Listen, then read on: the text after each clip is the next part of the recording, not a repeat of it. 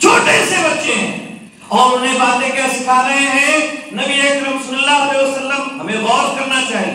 ہماری اولاد کلمہ اسے آتا ہے یا نہیں آتا ہے اس کی کوئی پرواہ نہیں ہے. نماز اسے آتی ہے نہیں آتی ہے اس کی کوئی پرواہ نہیں ہے. نبی اکرم صلی اللہ علیہ وسلم نے یہ فرمایا ہے کہ اپنی اولاد کو 7 سال کی ہو جائے تو نماز کا حکم دو، اور جب 10 سال کی ہو جائے تو اسے نماز نہ پڑھنے کی وجہ سے مارو اور ان کے بستروں کو الگ الگ کر دو. یہ بات ہمیں معلوم ہے، لیکن ہم نماز کی بنیاد پر اپنی اولاد کو کبھی نہیں مارتے، کبھی نہیں ڈانٹتے. ہاں ڈانٹتے ہیں. ڈانٹتے کس وجہ سے ہیں؟ اس وجہ سے کہ وہ کما کر کے کیوں نہیں لا رہی، جھوٹ بول کر کے اس نے دھوکے کیوں نہیں دیے ہیں، دکاندار سے ٹھگ کر کے پیسے کم کیوں لے کر کے آیا ہے یا زیادہ کیوں نہیں لے کر کے آیا ہے. اس بنیاد پر ہم اپنی اولاد کو ڈانٹتے ہیں. اسے اگر ٹو کا ٹیبل یاد ہے بڑی خوشی ہوتی ہے. 10 سال کا ہو گیا، 5 سال کا ہو گیا، ٹو کا ٹیبل یاد ہے، 2 × 2 2 × 4 اچھی طرح سے اسے آتا ہے. 3 کا بھی ٹیبل یاد ہے، 7 کا بھی 7 × 7 7 2 × 14 یہ سب اسے آتا ہے. ہمارے والد صاحب ہنس رہے ہیں کیونکہ وہ جانتے ہیں. میرے بھائیوں یہ سب ٹیبل اسے آتے ہیں اچھی طرح سے. یہ ہمیں اچھی طرح سے خوشی محسوس ہوتی ہے، لیکن کبھی ہم نے اس بات پر غور و فکر کیا کہ کلمہ اسے یاد ہے کہ نہیں؟ کیا ہم نے کبھی اس بات پر غور و فکر کیا کہ اللہ رب ہے؟ رب ہونے کا کیا معنی اور مفہوم ہے؟ کیا ہم نے اس بات پر غور کیا کہ نبی اکرم صلی اللہ علیہ وسلم کی ایک ذات تھی جو ہمارے لیے راتوں کو رویا کرتی تھی، ہمارے لیے تکلیفیں برداشت کرتی تھی، ہمارے لیے توحید کی دعوت پہنچ جائے ساری لوگوں پر، ساری قیامت تک آنے والی ساری نسلوں تک، اس لیے وہ تکلیفیں برداشت کرتی تھی. کیا ہم نے کبھی اس بات پر غور کیا؟ کبھی ہم نے اس بات پر غور نہیں کیا. ہمیں غور کرنا چاہیے.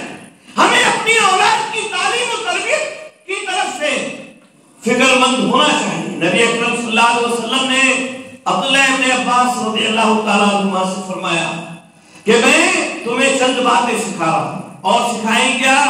فرمایا احفظ اللہ یحفظ کا، اللہ کا خیال رکھو اللہ تمہارا خیال رکھے گا. دنیا داری میں ہم دیکھتے ہیں نا کہ ہمارا خیال جو رکھتا ہے اس کا خیال رکھتے ہیں. بھئی نیوتا اس نے دیا تھا لہذا اس کے نیوتا دے کر کے آئیں گے، اس نے نیوتا نہیں دیا تھا اس لیے ہم نیوتا نہیں دیں گے. اس نے 50 روپے دیے تھے لہذا میں بھی 50 ہی دوں گا، میں کیوں دوں 100 روپے، میں کیوں دوں 1000 روپے.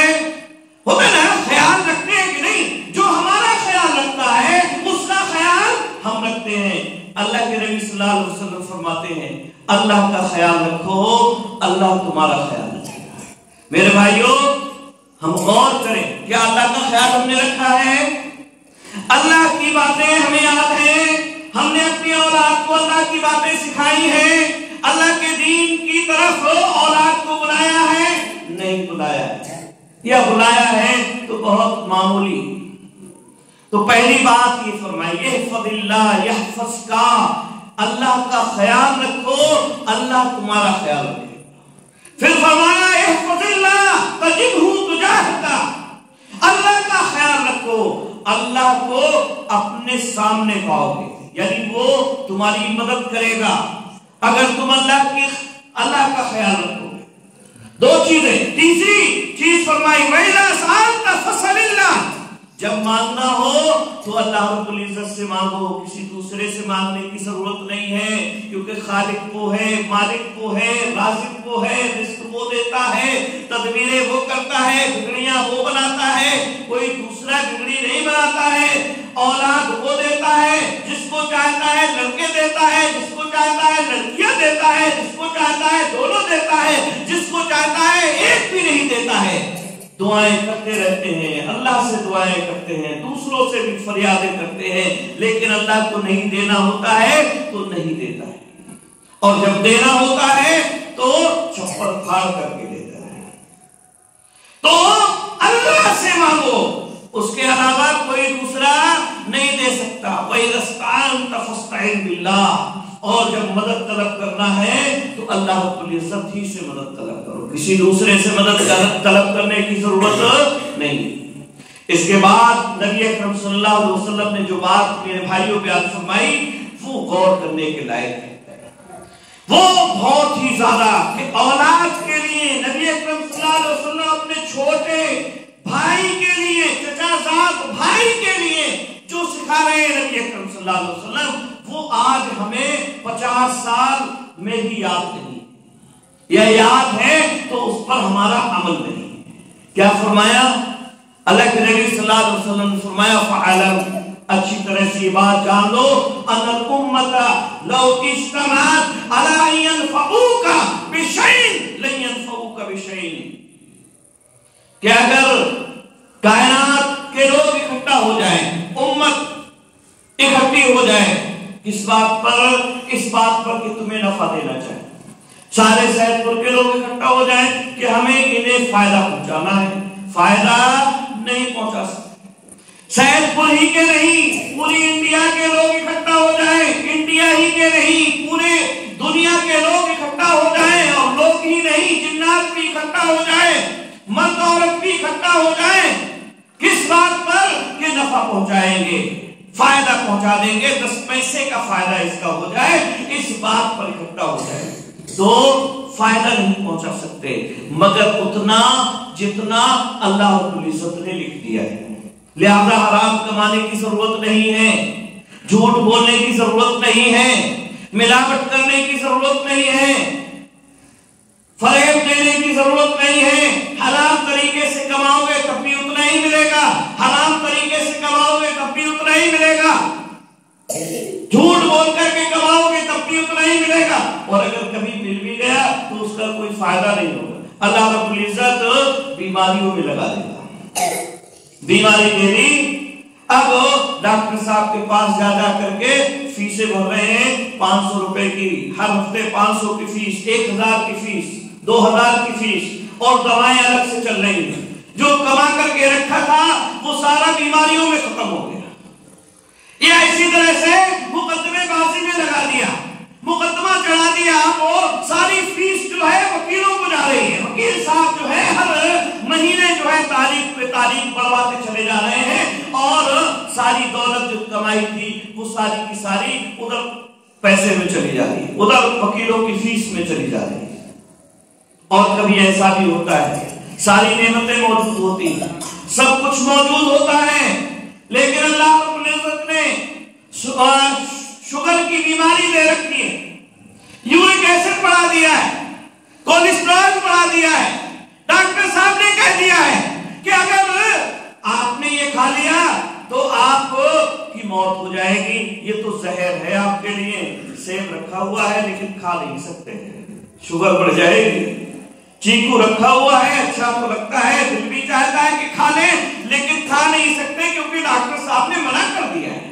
اللہ نے منع کیا تھا کہ حرام نہیں کھانا ہے تو نہیں مانے، لیکن ڈاکٹر صاحب نے منع کر دیا کہ یہ نہیں کھانا ہے کیونکہ موت آ جائے گی، اس لیے بہت پابندی سے ماننے، ٹہل کر بھی آ رہے ہیں، صبح سویرے فجر کی نماز کے لیے نہیں اٹھتے تھے، لیکن اب پیٹ بھر گیا ہے، جسم بھاری ہو گیا ہے، ڈاکٹر صاحب نے بتلا دیا ہے کہ روزانہ آپ کو ٹہلنا پڑے گا 4 کلومیٹر، لہذا صبح فجر میں اٹھ جاتے ہیں، عورتیں ہماری مائیں بہنیں بھی اٹھ جاتی ہیں، اور پورا روڈ جو ہے صبح کی نماز میں آپ کو ٹہلتا ہوا نظر آئے۔ تو میرے بھائیوں، یہ ہے اللہ رب العزت کی طاقت اور قدرت۔ اگر ہم چاہیں کسی کو نفع دینا تو نفع نہیں دے سکتے ہیں، مگر اتنا ہی نفع ملے گا جتنا اللہ رب العزت نے لکھ رکھا ہے، اور اگر کوئی نقصان پہنچانا چاہے تو نقصان بھی نہیں پہنچا سکتا۔ سارے لوگ اکٹھا ہو جائیں، ساری کائنات اکٹھی ہو جائے، مگر اتنا ہی نقصان پہنچے گا جتنا اللہ رب العزت نے لکھا ہے۔ تو میرے بھائیوں، یہ بنیادی باتیں نبی اکرم صلی اللہ علیہ وسلم نے کس کو سکھائی؟ حضرت عبداللہ ابن عباس کو۔ کتنی عمر کے تھے؟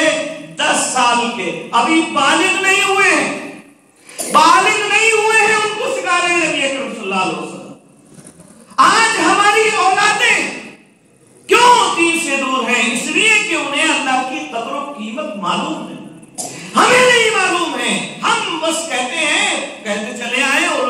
صاحب خطبہ دیتے ہیں، خطبہ ایک رسم کی طرح سے ہم بس سنتے ہیں اور بات ختم ہو جاتی ہے، ادھر سے سنا ادھر سے نکال دیا، بس یہی ہمارا حال ہو گیا ہے میرے بھائی۔ ہمیں معلوم ہونا چاہیے اللہ رب العزت کی محبت ساری محبتوں سے سب سے اوپر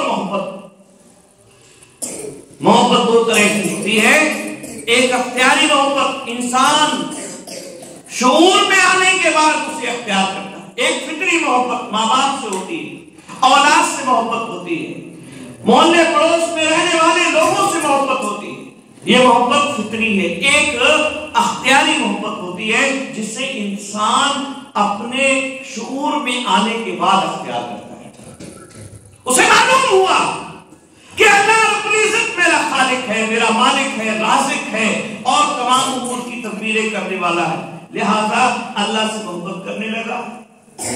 یہ اللہ سے محبت، یہ اختیاری محبت، اور کبھی کبھی اختیاری محبت یہ تمام محبتوں سے اوپر ہوتی ہے، تمام محبتوں سے بلند۔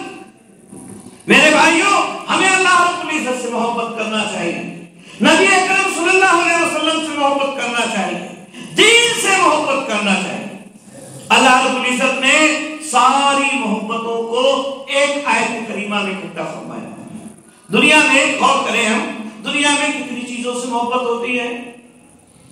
ماں باپ کو اولاد سے محبت ہوتی ہے، اولاد کو ماں باپ سے محبت ہوتی ہے، بیوی سے محبت ہوتی ہے شوہر کو، یا اسی طرح سے اپنے بھائیوں سے محبت ہوتی ہے، کنبے اور خاندان کے لوگوں سے انسان کو محبت ہوتی ہے، اور محبت مال سے ہوتی ہے، محبت تجارت سے ہوتی ہے، محبت مکان سے ہوتی ہے۔ یہ نہ محبت کی چیزیں ہیں نا، ان کے علاوہ اور کوئی محبت کی چیز ہے دنیا کے اندر؟ نہیں۔ ان ساری چیزوں کو اللہ رب العزت نے اکٹھا فرمایا ایک آیت کریمہ۔ نبی اکرم صلی اللہ علیہ وسلم کو خطاب کرتے ہوئے قُلْ إِنْ كَانَ آبَاؤُكُمْ وَأَبْنَاؤُكُمْ وَإِخْوَانُكُمْ وَأَزْوَاجُكُمْ وَعَشِيرَتُكُمْ وَأَمْوَالٌ اقْتَرَفْتُمُوهَا وَتِجَارَةٌ تَخْشَوْنَ كَسَادَهَا وَمَسَاكِنُ تَرْضَوْنَهَا أَحَبَّ إِلَيْكُمْ مِنَ اللَّهِ وَرَسُولِهِ وَجِهَادٍ فِي سَبِيلِهِ فَتَرَبَّصُوا حَتَّى يَأْتِيَ اللَّهُ بِأَمْرِهِ وَاللَّهُ لَا يَهْدِي الْقَوْمَ الْفَاسِقِينَ۔ فرمایا کہ اے نبی اکرم صلی اللہ علیہ وسلم، آپ لوگوں سے کہیے اگر تمہارے باپ اور تمہاری اولاد، تمہاری بیویاں، تمہارے بھائی، تمہارے کنبے اور خاندان کے لوگ، اور تمہارا مال جو بینک بیلنس کر کے سینت کے رکھتے ہو، اور وہ تجارت جس کے مندہ پڑ جانے کا خوف تمہیں لگا ہے، کہیں گھاٹا نہ لگتا ہے، اور وہ مکان جنہیں تم بہت پسند کرتے ہو، یہ ساری چیزیں اگر تمہارے نزدیک زیادہ محبوب ہیں، احب الیکم زیادہ محبوب ہیں تمہارے نزدیک، یہ ساری چیزیں، ان ساری چیزوں کی محبت تمہارے نزدیک زیادہ ہے، کس سے؟ من اللہ، اللہ سے، ورسولی، اس کے رسول سے، وجہاد فی سبیلی، اور اس کے دین سے زیادہ محبوب ہے۔ فَتَرَبَّصُوا حَتَّى يَأْتِيَ اللَّهُ بِأَمْرِهِ، تو اللہ رب العزت کے فیصلے کا انتظار ہے، قیامت کا انتظار، دھمکا رہا ہے اللہ رب العزت۔ وَاللَّهُ لَا يَهْدِي الْقَوْمَ الْفَاسِقِينَ، اللہ رب العزت فاسق قوم کو ہدایت نہیں دیتا ہے۔ میرے بھائیو، یہ اللہ رب العزت کی دھمکی ہے، یہ ہماری دھمکی نہیں ہے۔ مسجد میں کوئی بات ہو گئی، اچھا مسجد سے باہر آ کر دیکھ، تو دیکھتا ہوں میں تجھے، اور کئی دفعہ ملاقات ہو گئی، لیکن ملاقات تو ہوئی، لیکن کبھی دیکھنے کا موقع نہیں ملا، کبھی اس بات کا موقع نہیں ملا کہ دیکھ لیں۔ سڑک میں کوئی بات ہو گئی، کہا دیکھ لیں گے تمہیں بعد میں، آئے گا موقع کبھی، لیکن کبھی موقع آتا ہے، کبھی نہیں آتا ہے موقع۔ جو دیکھنے کے دھمکیاں دیتا ہے اسے کبھی موقع نہیں ملتا ہے۔ یہ ہوتا ہے کہ نہیں ہوتا؟ لیکن اللہ رب العزت کی دھمکیاں ایسی نہیں۔ اللہ رب العزت جب دیکھنے پر آتا ہے تو دنیا میں بھی دکھا دیتا ہے اور آخرت میں بھی دکھائے گا۔ کیسے کیسے مالداروں کو اس نے زمین پر کھڑا کر دیا، کیسے کیسے لوگوں کو اس نے زمین پر کھڑا کر دیا۔ تو میرے بھائیوں، یہ اللہ رب العزت کی دھمکی ہے۔ اللہ رب العزت دھمکا رہا ہے، لہذا ہمیں ہوش کے ناخن لینا چاہیے۔ اللہ کی محبت، اس کے رسول کی محبت اور اس کے دین کی محبت کو اپنے سینوں میں پیوست کر لینا چاہیے۔ دنیا کی محبت ان محبتوں پر غالب نہ آنے پائے۔ ماں باپ کی محبت ہو، اولاد کی محبت ہو، کل میں خاندان کی محبت ہو، بیویوں کی یا اسی طرح سے محلے پڑوس کی، کسی کی بھی محبت کیوں نہ ہو، اللہ کے مقابلے میں نہیں ہونا چاہیے۔ لیکن آج ہے مقابلہ۔ آج ہم نماز پڑھنے کے لیے نہیں آتے، کیوں؟ اس لیے کہ دکان پہ بیٹھے ہوئے ہیں، دکان پہ اگر بند کر کے چلے گئے تو گھاٹا لگ جائے گا۔ ارے یہ دکان تو ایسی ہے کہ اس کا تو بند ہونا ہی غضبناک ہو جائے گا۔ کہاں ہے میرے بھائیوں؟ تجارت سے زیادہ محبت ہم نے کر لی ہے۔ دنیا داری میں پھنس کر کے نماز پڑھنے کے لیے نہیں آ رہے ہیں، کیوں؟ ارے فلاں جگہ چلے گئے تھے، اگر چلے آتے تو اتنا نقصان ہو جاتا۔ میرے بھائیوں، ہمیں غور کرنا چاہیے، اللہ کی اطاعت و فرمانبرداری کرنا چاہیے، نبی اکرم صلی اللہ علیہ وسلم کی اطاعت و فرمانبرداری کرنا چاہیے۔ محبت کا معیار اطاعت و فرمانبرداری ہوتا ہے، زبان سے محبت نہیں پہچانی جاتی۔ ہم اعلان پر اعلان کریں، ہم زبان سے اعلان کرتے رہیں کہ ہم اللہ سے محبت کرتے ہیں، ہم اس کے دین سے، اس کے رسول سے محبت کرتے ہیں، یہ محبت ہماری کسی کام کی نہیں۔ ہماری محبت تبھی فائدے مند ہوگی جب ہم اللہ کی مانیں، اس کے رسول کی مانیں۔ امام شافعی رحمہ اللہ نے بڑی اچھی بات کہی، اپنے اشعار میں انہوں نے کہا، انہوں نے فرمایا لو کان حبک صادقا لاطاعتک تحصل الہ وانت تظہر حبہ، کہتے ہیں تحصل الہ وانت تظہر حبہ ھذا محال فی القیاس بدیع، معبود کی تم نافرمانی کرتے ہو اور اس سے محبت کا اظہار کرتے ہو، ھذا محال فی القیاس بدیع، یہ عقل میں آنے والی بات نہیں ہے، یہ ناممکن ہے، محال بات ہے کہ ایک طرف اللہ سے محبت کا دعویٰ بھی ہو اور دوسری طرف معبود کی نافرمانی بھی ہو۔ ایسا کبھی بھی نہیں ہو سکتا۔ لو کان حبک صادقا لاطعتک، اگر تمہاری محبت سچی ہے تو اس کی اطاعت و فرمانبرداری کرو، فإن المحب لمن يحب مطیع، کیونکہ جو محبت کرنے والا ہوتا ہے وہ اطاعت و فرمانبرداری کرتا ہے۔ بیوی سے محبت ہو جاتی ہے اسی لیے تو اس کی بات مانتے ہیں، ماں باپ کی بات کو نہیں مانتے ہیں، محبت زیادہ ہے اس لیے تو نہیں مانتے۔ تو اللہ سے محبت اگر ہے، اللہ سے محبت ہے تو اس کی اطاعت و فرمانبرداری یہ سب سے پہلے ضروری ہے۔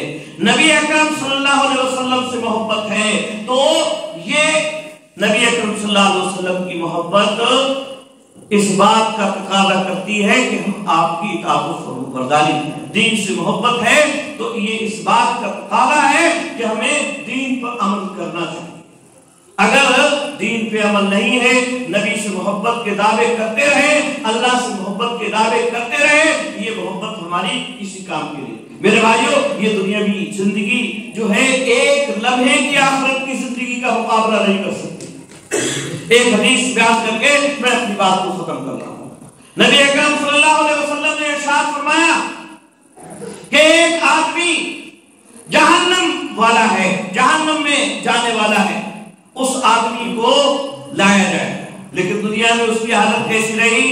دنیا میں بہت چین و سکون کے ساتھ زندگی گزارتا، لگژری زندگی، جب بھی جاتا تھا اے سی میں، گرمی میں اے سی کا مزہ اور جاڑوں میں گرم اے سی کا مزہ، کبھی گرمی کا احساس نہیں ہوا، کبھی سردی کا احساس نہیں ہوا، ساری کی ساری نعمتیں دنیا کے اندر اسے میسر تھی، کوئی بھی نعمت ایسی نہیں جو اسے ملی نہ ہو، ساری دنیا کی نعمتیں اس کے پیروں کی دھول، ساری زندگی اس نے نعمتوں میں گزاری اور چین و سکون کی زندگی گزاری. لایا جائے گا ایک لمحے کے لیے جہنم میں ڈالا جائے گا, جہنم کا رنگ اس پر چڑھا دیا جائے گا. اللہ کے نبی صلی اللہ علیہ وسلم بیان فرماتے ہیں ایک لمحے کے بعد اسے نکالا جائے گا اور پوچھا جائے گا کہ اے میرے بندے, تجھے اس ایک لمحے کی تکلیف کے بعد اپنی نعمتیں بھی کچھ یاد ہیں کہ نہیں یاد ہیں؟ دنیا کے اندر جو چین اور سکون اور لگژری جو زندگی تو نے گزاری تھی, وہ زندگی تجھے یاد ہے کہ نہیں یاد ہے؟ تو کہے گا میرے رب, اس ایک لمحے کی تکلیف کے بعد مجھے اس کا ایک لمحہ بھی یاد نہیں, کچھ بھی یاد نہیں ہے میرے بھائی, کہے گا. اور اس کے مقابلے میں ایک ایسے آدمی کو جنت میں جو داخلے کا مستحق ہے اسے لایا جائے گا, لیکن دنیا میں وہ کیسی زندگی گزارتا رہا؟ نہ مال تھا, نہ دولت تھی, نہ نعمتیں اللہ رب العزت کی اسے ملی تھی, امتحان میں زندگی گزار رہا تھا, ہر طرح کی مصیبتوں اور تکلیفوں میں زندگی اس نے گزاری. ایک لمحہ بھی اسے ایسا میسر نہیں ہوا کہ اس نے چین اور سکون کی زندگی گزاری ہو. پوری زندگی اپنی اولاد کو بنانے اور سنوارنے میں نکال دی, پوری زندگی شادی اور بیاہ میں نکال دی اس نے. ایسے آدمی کو لایا جائے گا اور لانے کے بعد ایک لمحے کے لیے اسے جنت میں داخل کیا جائے گا اور اس سے پوچھا جائے گا بعد میں کہ اس ایک لمحے کے چین اور سکون کے بعد تجھے دنیا کا کوئی دکھ یاد ہے کہ نہیں ہے؟ کہے گا اللہ, مجھے دنیا میں کبھی میں نے دکھ دیکھا ہی نہیں ہے, اس ایک لمحے کے سکھ کے بعد مجھے اپنا کوئی دکھ یاد ہی نہیں ہے. میں نے تو ساری زندگی سکھ اور چین میں ہی گزاری ہے, نعمتوں ہی میں میرے گزری. تو میرے بھائیوں, وہ زندگی کی فکر ہمیں کرنا چاہیے. اس زندگی کو بنانے کے لیے اپنے لیے جو ہے اپنی اولاد کے لیے تگودو کرنا چاہیے, کوششیں کرنا چاہیے, اللہ رب العزت سے دعائیں بھی کرتے رہنا چاہیے. اللہ نے یہ جو دنیا میں زندگی ہمیں عطا فرمائی ہے, یہ زندگی ہمارے اپنے اختیار سے نہیں ہے. اگر نعمتیں ملی ہوئی ہیں تو یہ نعمتیں ہمارے اپنے اختیار سے نہیں ہیں. اگر مصیبتیں اور پریشانیاں ملی ہوئی ہیں تو یہ مصیبتیں اور پریشانیاں ہمارے اپنے اختیار سے نہیں ہیں. اللہ رب العزت ہمیں آزما رہا ہے, نعمتیں دے کر کے آزماتا ہے, خوشیاں دے کر کے اللہ رب العزت آزماتا ہے. اللہ رب العزت غموں کو دے کر کے بھی آزماتا ہے اور تجارت میں گھاٹے سے بھی آزماتا ہے, بیٹیاں دے کر بھی آزماتا ہے, بیٹے دے کر بھی آزماتا ہے. اگر کسی کو آزمائش میں مصیبتیں ملی ہیں تو اسے پریشان ہونے کی ضرورت نہیں ہے, اسے صبر کرنے کی ضرورت ہے, اللہ سے حسن ظن رکھنے کی ضرورت ہے کہ میرے رب نے مجھے آزمایا ہے, میرا رب میری طاقت سے زیادہ مجھے نہیں آزمائے گا. اس بات کا اسے احساس ہمیشہ رہنا چاہیے, اسے اللہ کے ساتھ حسن ظن قائم رکھنا چاہیے. کبھی شکوہ نہیں ہونا چاہیے کہ میں ہی رہ گیا تھا آزمائش کے لیے, میرے ہی ساتھ ایسا ہونا تھا, میرے ہی ساتھ اس طرح کی پریشانیاں لکھی ہوئی تھی. اس طرح کے جملے نہ کہہ کر کے ہم اللہ رب العزت پر اعتماد اور بھروسہ کریں, اس کے ساتھ اس نے ظن کرے اور اللہ رب العزت سے دعائیں کرتے رہیں, صبر کریں. اور جنہیں نعمت دے کر کے آزمایا ہے وہ مغرور نہ ہو جائیں, غرور اور گھمنڈ میں مبتلا نہ ہو جائیں کہ ارے میں نے تو یہ اپنے بلبوتے پر کمائی ہے دولت, مجھے تو یہ دولت جو ہے اپنے بلبوتے پر ملی ہے, میرا اس میں پورا حق ہے, میں اس کا مالک ہوں, یہ ہے وہ ہے, ایسا ہے ویسا ہے. اس طرح کے جملوں سے اپنے آپ کو بچائیں, بلکہ اللہ کا حق اس میں متعین کریں. رسول اکرم صلی اللہ علیہ وسلم کی اطاعت و فرمانبرداری کے مطابق اس میں جو ہے غربا کے, مساکین کے, مساجد کے, محلے پڑوس کے, مدارس کے, علماء کے, طلباء کے, غریبوں کے, مسکینوں کے, سب تمام کے حقوق متعین کرے اور اللہ رب العزت کی اطاعت و فرمانبرداری زیادہ سے زیادہ کرے. بہرحال یہ چند باتیں میں نے آپ حضرات کے سامنے رکھی. اللہ رب العزت سے دعا ہے اللہ رب العزت ہم تمام مسلمانوں کو نیک عمل کرنے کی توفیق عطا فرمائے. جب تک اس دنیا کے اندر رکھے ایمان پر قائم و دائم رکھ. جب ہمارا خاتمہ ایمان پر ہو. وآخر دعوانا ان الحمد للہ رب العالمین.